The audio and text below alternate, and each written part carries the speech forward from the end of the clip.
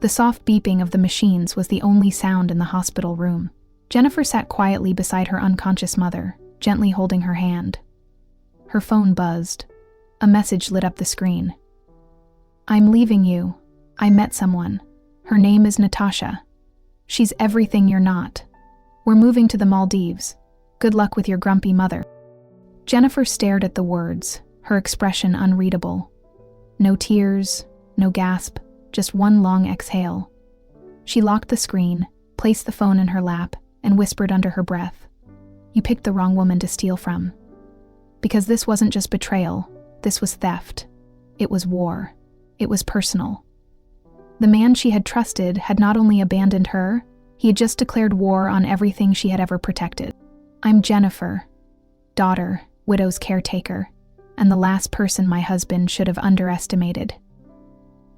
Ever been blindsided by someone you trusted, only to realize they never knew your strength?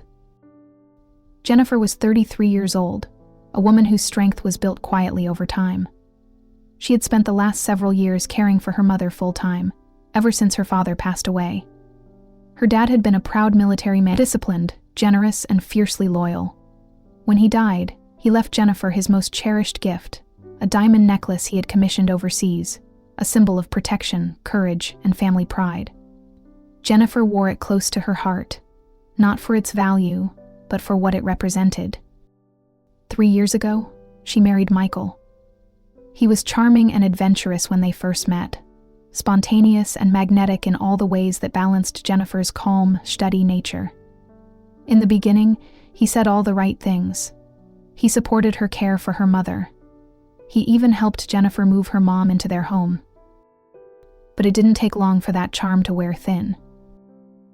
Michael began complaining that her mother was always in the way.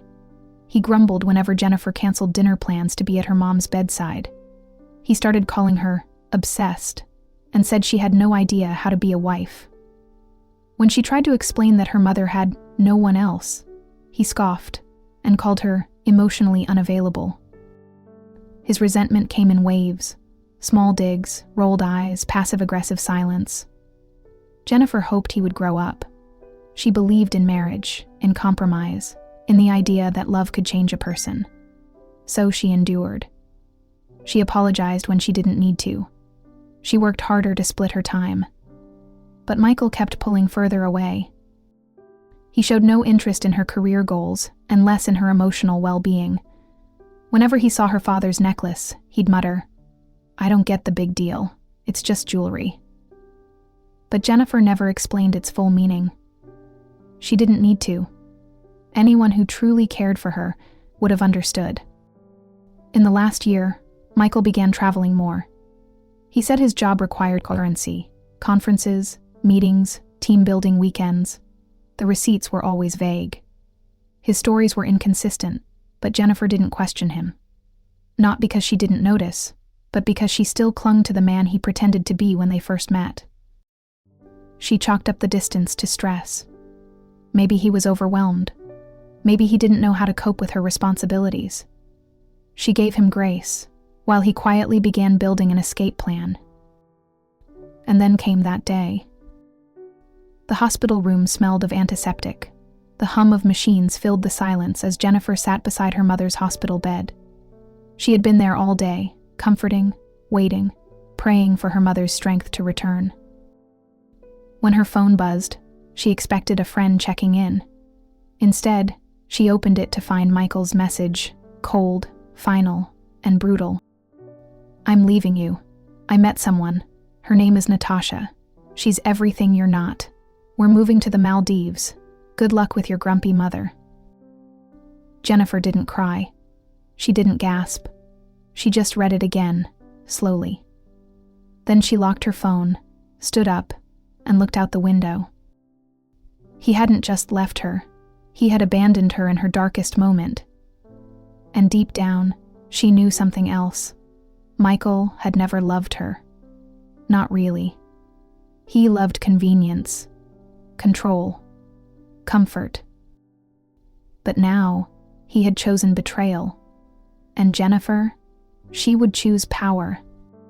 Jennifer stepped into the house and shut the door behind her. the echo of the click sounding louder than it should have. The house felt empty in a way it never had before, like even the walls knew something had shifted. She let her bag drop to the floor and stood there for a moment, just breathing. After the emotional weight of the hospital, she had expected to come home and find some comfort. But everything felt wrong. The silence was heavier than usual. There were no shoes by the door, no faint hum of the dishwasher Michael always forgot to turn off. The living room looked untouched, like no one had lived there in days. She walked down the hall toward the bedroom, her feet carrying her on autopilot. The door creaked slightly as she pushed it open, revealing the familiar sight of her dresser, her jewelry box, and atop it, the diamond necklace her father had given her. It looked just as she had left it. But as she picked it up, a strange sense of unease crawled up her spine. The weight was wrong, too light. She turned it over in her palm and immediately noticed faint scratch marks near the clasp, delicate but deliberate, as if someone had been prying at it. Her fingers tightened around the pendant. Her father's voice rang in her mind, low and calm. Always know where it is. It's not just jewelry, it's protection. The necklace had meant the world to him.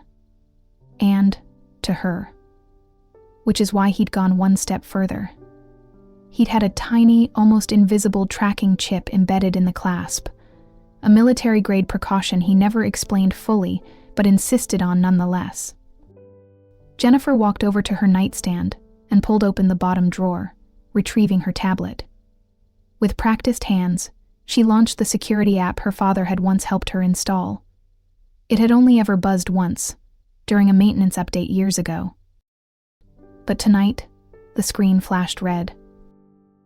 Outline moved from designated location. Her heart skipped a beat. She tapped through the notification, hands trembling slightly. The GPS map loaded, revealing a blinking dot that pulsed steadily from a location just 3 miles away. A pawn shop. The realization hit her like a punch. Michael didn't just leave her, he had stolen from her. He had taken the one thing she held dearest, her father's final gift, and tried to pass off a fake. He must have slipped into the bedroom during one of her overnight hospital stays, swapped the necklace, and walked away without a word. Suddenly, everything made sense. The cold text message, the smug mention of the Maldives, his lack of any confrontation. He had planned this, not just the departure, but the theft. Jennifer stared down at the fake necklace in her hand. Her sadness burned away, replaced by something sharp, clean, and dangerous. Michael thought he'd gotten away with it, thought he could run away with another woman, leave Jennifer behind, and take her father's legacy with him.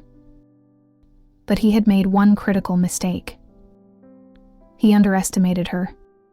Jennifer sat motionless, the tablet still glowing in her lap, the pawn shop's blinking location mocking her. She grabbed her phone and inhaled slowly before dialing the number. She couldn't afford to tip them off. "Hi, I'm calling about a diamond necklace that might have come through your store recently," she said, trying to mask the tremble in her throat. There was a pause on the other end. Then a voice replied, "Yeah, we had one this morning. Man brought it in, said it was a gift from a relative. Our scanner picked up a flagged security chip, so we reported it." "Do you still have it?" she asked, heart pounding. "No, ma'am.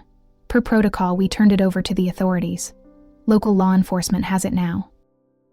"Thank you," she said softly, and hung up. Jennifer stared blankly at the wall, so it was true. Michael had pawned the real necklace the same day he sent that cruel text. She swallowed the lump in her throat and opened her laptop. First step, file a police report. She detailed everything: the tracking chip, the alert, the phone call, the theft, and the fact that Michael had fled the country. She attached screenshots from the app, digital timestamps, and a recent photo of the necklace. When the report was submitted, she turned to social media. She hadn't looked at Michael's account since the text. Part of her hadn't wanted to see what he was doing. But now she needed to. His latest post appeared instantly. A beach, white sand, a glass of champagne held high. And next to him, Natasha, with oversized sunglasses and a smug grin. The caption read, "Living the dream, new beginnings." Jennifer felt a sharp twist in her gut, but it wasn't sadness. It was rage. Cold and clear. This wasn't spontaneous. Michael hadn't left on impulse. This had been orchestrated. She opened their shared banking app and began combing through recent activity. There it was, a series of quiet withdrawals, small enough to fly under the radar, but consistent. Thousands of dollars moved over the past 3 weeks. Then, 2 days before the text message, a large transfer to an unfamiliar account. Jennifer copied everything, screenshots of the transactions, timestamps, account numbers. She cross-referenced with the alert from the necklace and the pawn shop's location data. It all lined up. One long, methodical trail of betrayal. Then came the final piece. An email buried in her inbox from their financial planner, flagging unusual activity and asking if Jennifer had approved a transfer request. The date? The night before Michael left. Jennifer leaned back in her chair, absorbing the weight of it all. This wasn't just a breakup. Michael hadn't simply fallen in love with someone new. He had robbed her, lied to her, and tried to erase her life piece by piece. But what he didn't realize, what he never understood, was that Jennifer was her father's daughter. Smart, patient, meticulous, and she wasn't going to let this go. Jennifer sat at her kitchen table, her hands trembling only slightly now as she completed her theft report and sent the final file to the authorities. It didn't take long. Within 24 hours, she received a call from someone new. An FBI agent named Chambers.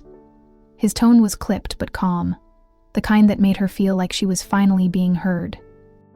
"Mrs. Stanton, I've reviewed the report," he said. "This isn't just theft.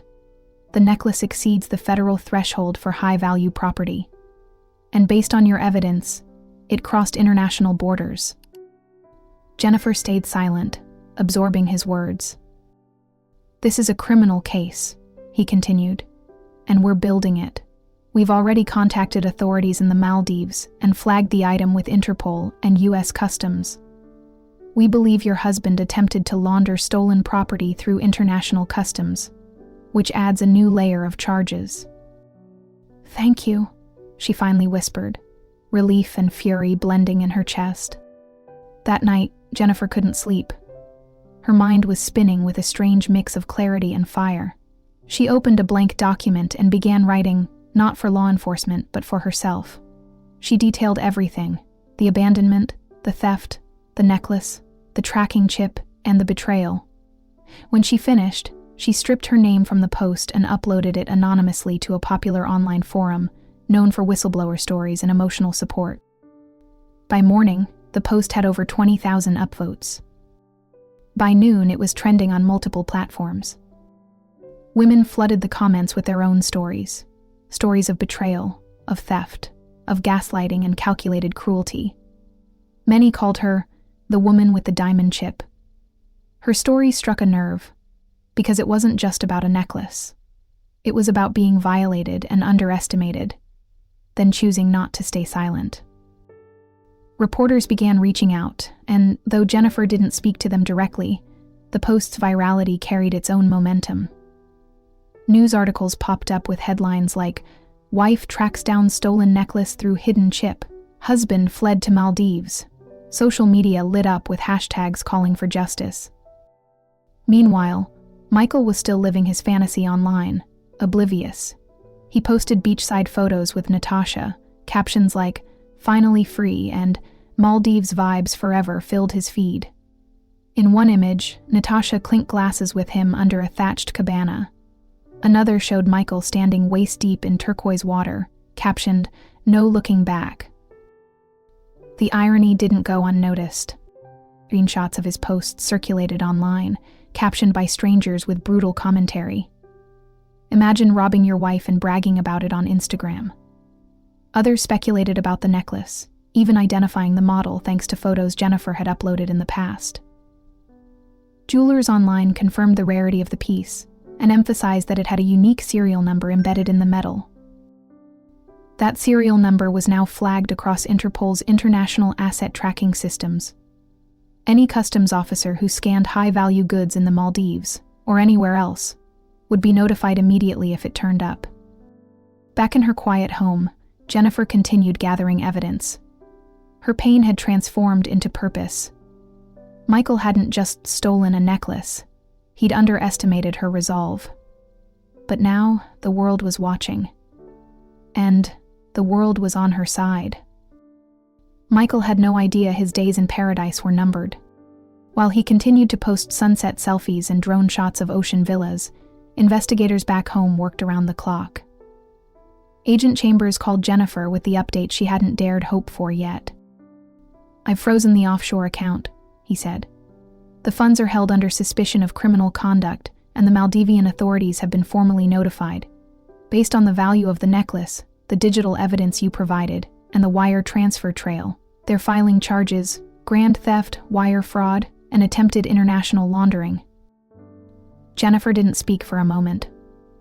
Then a single word: "Good." Michael's arrogance remained on full display. One video showed him buying Natasha a designer handbag, the caption reading, "Anything for my queen." He even uploaded a reel of them snorkeling in the reefs, set to upbeat music. It was all so polished, so curated.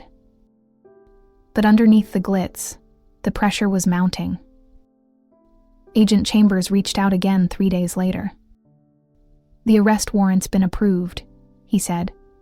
"Maldives authorities are coordinating with us now. They're tracking his movements. If he tries to board a flight or transfer more funds, they'll intercept him immediately. It's only a matter of time." Jennifer closed her eyes and took a breath. The necklace, her father's gift, was somewhere nearby, and Michael was still smiling like he'd won. He hadn't. Just before sunrise 2 days later, the internet erupted. A photo taken by a hotel guest went viral on Reddit and Twitter. Michael was seen being escorted from his resort by 2 officers, one local, one American. His hands were cuffed behind his back. His mirrored sunglasses were still on, but the smugness were gone. The caption beneath the photo read, "Drama at the resort. Some American guy got arrested for fraud. Guess paradise isn't for everyone." Jennifer sat in her kitchen, staring at the screen. For the first time in weeks, she smiled without bitterness. Minutes later, Natasha's Instagram account went private. All photos featuring Michael disappeared. Commenters speculated she had packed up and fled. One person even claimed to have seen her leaving the island on a speedboat with just one suitcase and a tear-streaked face. Jennifer didn't care where she went. This was never about Natasha. It was about closure, about reclaiming her story from the man who thought he could rewrite it. The FBI contacted Jennifer again. The necklace was flagged during Michael's customs declaration. He didn't even try to hide it. Claimed it was a gift for Natasha, Chambers said. "It's been recovered and is in secure holding. Once the legal paperwork clears, we'll ship it home." A weight lifted from Jennifer's shoulders. The necklace was safe. Her father's last gift, his protection, his legacy, was coming home. She logged off social media and stood in front of her mirror. For the first time in weeks, she saw herself not as a victim, but as someone who had endured and survived. Her name was no longer tied to betrayal. It was tied to resilience. Michael's world had collapsed in public view. Her dignity had remained intact. And justice? Justice was finally in motion. Michael's dream of sipping cocktails in the Maldives was over. Within 48 hours of his arrest, he was placed under surveillance by Maldivian authorities, awaiting extradition back to the US. For formal prosecution, charges stacked up on both sides of the ocean. Jennifer stayed calm through every update. She read the statements carefully when Agent Chambers forwarded them. Michael had finally been forced to confront the consequences of what he'd done, not just to her, but to her father's memory. Shortly after the news broke of his arrest, Jennifer received a string of texts from a blocked number. The first message was brief: "I messed up, please talk to me." The next was longer, crambling apologies, desperate explanations, empty justifications. He claimed he was confused, misled, under pressure. He said Natasha meant nothing, that he'd been. Jennifer didn't respond. She read every word, then quietly blocked the number. She was done giving him space in her head. Later that night, a new message came through.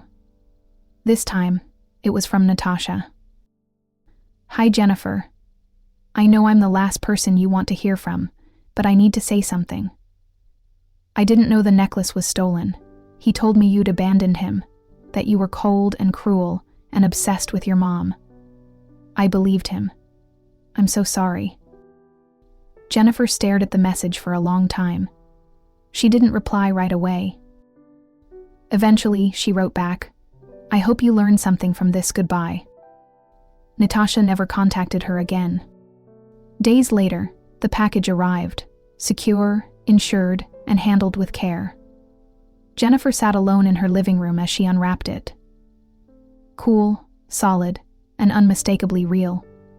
She slipped it into her hand and held it against her chest, letting the quiet strength of it wash over her. The story had gained traction online. Now it reached national media. Outlets across the country ran with the headline, "Widow's heirloom recovered from Paradise heist." Some focused on the international investigation, others on the emotional angle. The photo of Michael being escorted from the resort went viral all over again, now paired with side-by-sides of Jennifer, standing tall, dignified, in her return-to-work photo. A producer from a major morning news show reached out to Jennifer, asking if she'd be willing to share her story publicly. She hesitated. It wasn't about fame. But after some thought, she agreed. The interview was raw but poised. Jennifer didn't cry. She didn't rage. She told the story as it happened, fact by fact, betrayal by betrayal, recovery by recovery. After that, she was invited to join women's advocacy panels. She appeared in workshops about financial abuse, inheritance protection, and emotional resilience. She never called herself a victim. She called herself informed. Quietly, her strength became something others leaned on. A lighthouse for women who'd been burned, but were ready to rebuild. The justice she fought for wasn't just hers anymore. It was a message. Some men think they are untouchable. Some betrayals are carefully calculated. But when women rise from those ashes, they do it with clarity, with purpose, and with nothing left to lose. The first thing Jennifer did was reclaim her space. Every trace of Michael, his cologne, his books, his shirt still hanging in the closet, was packed into boxes and left on the curb. Even the little things, like his favorite mug or the throw blanket he insisted on keeping on the couch, were discarded without hesitation. The house felt lighter, cleaner. Hers again. Her mother's condition stabilized over the next few weeks. With a new care schedule and reliable nursing support in place, Jennifer finally had the space to breathe. She returned to work, greeted warmly by her former boss Ellen, who welcomed her with open arms and no questions asked. "Take it at your pace," Ellen said. "We're just glad you're back." Jennifer began journaling again, something she hadn't done in years. Each night, she would write about what she'd survived, what she'd learned, and what she refused to carry forward. The practice helped her let go of bitterness and focus on the quiet strength she was rediscovering in herself. The diamond necklace was no longer something to be worn daily. Instead, she placed it in a custom shadow box frame, mounted on the wall of her home office. Beneath it, she had a quote inscribed. "He tried to take everything. Instead, he gave me my strength." She started donating, quietly, anonymously, to local women's shelters that focused on survivors of financial and emotional abuse. No one knew it was her behind the envelopes that showed up with crisp bills and handwritten notes of encouragement. But she knew. And that was enough. Jennifer reconnected with friends she had unintentionally pushed away during her marriage. Over coffee dates and long phone calls, she found herself laughing again. Really laughing. One friend even convinced her to take a weekend away. It would be her first solo vacation since college. She chose a quiet cabin near a lake where she could hike, read, and reflect. As the sun set on her last day there, she sat on the dock and dipped her toes in the water, a smile playing at the corners of her lips. She wasn't the same woman who had read that gut-punch text in a hospital room. She had transformed, not in spite of the betrayal, but because of it. Back home, Jennifer began planning something special. A getaway for her and her mom to a small coastal town her father had loved. He used to tell stories of fishing off the pier, watching the sunrise over the water, and sharing quiet meals with her mother there. Now, Jennifer wanted to make those memories come alive again, not just for her mom, but for herself too. As she booked the trip, she felt a sense of peace. The storm had passed, the damage had been real, but so was her recovery. The woman she had become wasn't just healing, she was just getting started. One crisp morning, Jennifer's phone buzzed with a message that brought everything full circle. It was from Agent Chambers. "The case is moving forward. Justice is on its way," it read. Simple words, but powerful. They carried the weight of months of emotional wreckage and the promise of closure. Later that afternoon, she made her way to the investigator's office. There, behind a glass partition, sat the necklace, her father's gift, her symbol of strength, the real one, not the imitation Michael had left behind like a joke. When she held it in her hands, it felt heavier than she remembered, but in a good way. Grounding. Certain. Her fingers curled around the chain, and a calm she hadn't known in months settled over her like a warm blanket. That evening, she sat beside her mother in the hospital room. The machines hummed softly, and her mother stirred as Jennifer leaned in. "It's beautiful," her mother whispered, her eyes on the necklace now around Jennifer's neck. "It's home," Jennifer replied, her vein pulled out the travel brochure. "We're going, Mom. You and me." Her mother's smile, though faint, lit up the room. As Jennifer stepped into the hallway and walked toward the exit, she felt different. She wasn't the woman Michael left behind. She wasn't the woman who had been robbed. She was a survivor. And what came next? That was her story to write. One choice, one chapter at a time.